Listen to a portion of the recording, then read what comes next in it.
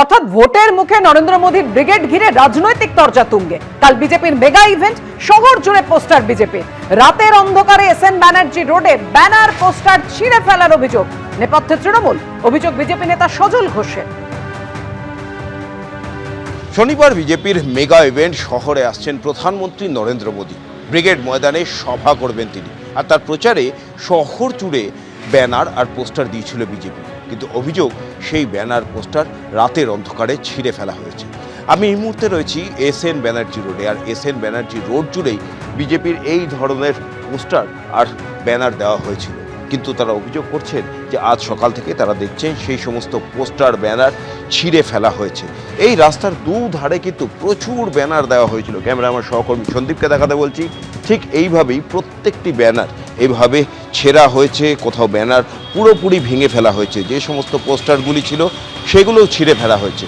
আরেকটি উল্লেখযোগ্য বিষয় আমি ক্যামেরাম্যান সহকর্মী সন্দীপকে দেখাতে বলবো, এই এসএন ব্যানার্জি রোডেই আরেকটি ব্যানার দেখা যাচ্ছে এবং সেখানে বলা হচ্ছে বয়কট বিজেপি। বিজেপির অভিযোগ যে তাদের এই সমস্ত ব্যানার ছেঁড়ার নেপথ্যে রয়েছে শাসক দল তৃণমূল। তাদের দাবি, প্রধানমন্ত্রী আসছেন, প্রচুর মানুষের সমাগম হবে সেখানে, আর সেই আতঙ্ক থেকেই তৃণমূল তাদের ব্যানার পোস্টার ছিঁড়ে ফেলে দিচ্ছে যাতে মানুষের মধ্যে এই সভার প্রচার না হয়। গোটা এই এসএন ব্যানার্জি রোড জুড়েই কিন্তু এই একই চিত্র। সমস্ত যে বিজেপির ব্যানার পোস্টার ছিল একেবারে ছিঁড়ে ফাল করে দেওয়া হয়েছে। কিন্তু অন্যদিকে দেখা যাচ্ছে তৃণমূলের যে ব্যানার পোস্টারগুলি সেগুলো একেবারেই অক্ষত রয়েছে। আর সেখানে বিজেপির অভিযোগ যে এই এলাকার স্থানীয় তৃণমূল কর্মীরাই তারাই এই ঘটনার নেপথ্যে রয়েছে। ক্যামেরা সন্দীপ পালের সঙ্গে ব্রতদীপ ভট্টাচার্য, এবিপি আনন্দ, কলকাতা। তৃণমূল কর্মীরা সরাসরি সামনে এগুলো ছিঁড়তে ভয় পাচ্ছে, তাই তারা সরকারি রাষ্ট্র ব্যবস্থাকে ব্যবহার করে প্রধানমন্ত্রীর জনসভার বিজ্ঞাপন ছিঁড়ছে। হ্যাঁ, এখানে দেখুন আমাদেরটা ছিঁড়েছে, কিন্তু হাত জোর করে তিনি দাঁড়িয়ে আছেন, ক্ষমা প্রার্থনা করছেন বাংলার মানুষের কাছে। সেটা কিন্তু অটুট, বয়কট বিজেপি অটুট। শুধু ছেঁড়া হচ্ছে বেছে বেছে যত ভারতীয় জনতা পার্টির হোর্ডিং আছে সেগুলো। সারা কলকাতায় আপনার বিভিন্ন ধরনের অন্যান্য হোর্ডিং আছে, কেউ হাত দিচ্ছে না। মমতা ব্যানার্জির বেঁকা মুখ, সোজা মুখ, হাসি মুখ, চোখ রাঙানো মুখ, সারা বাংলার যেদিকে মুখ ঘোরাবেন দেখতে পাবেন। কিন্তু বেছে বেছে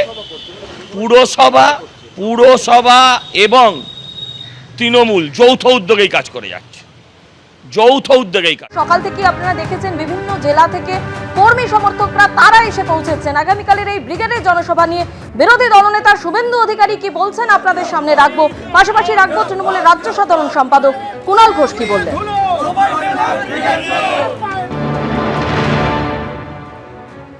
যেখানেই ট্রান্সপোর্টেশন আছে সেখান থেকেই লোক বেরোতে শুরু করেছে।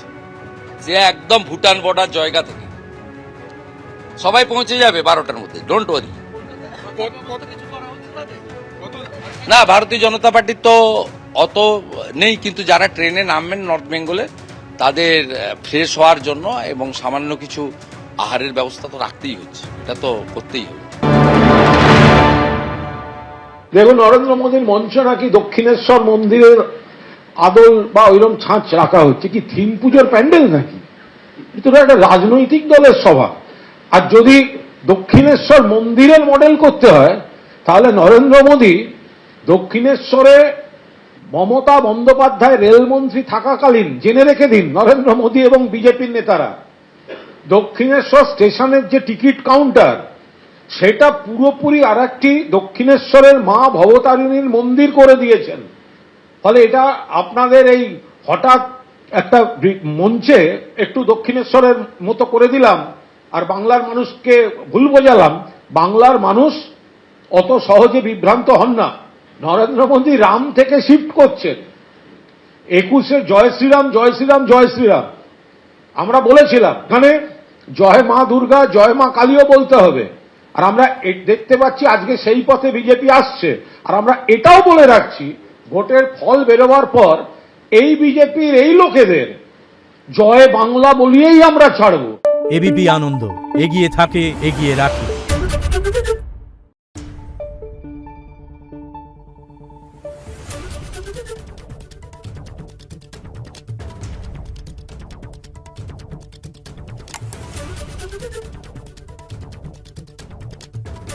Thank you.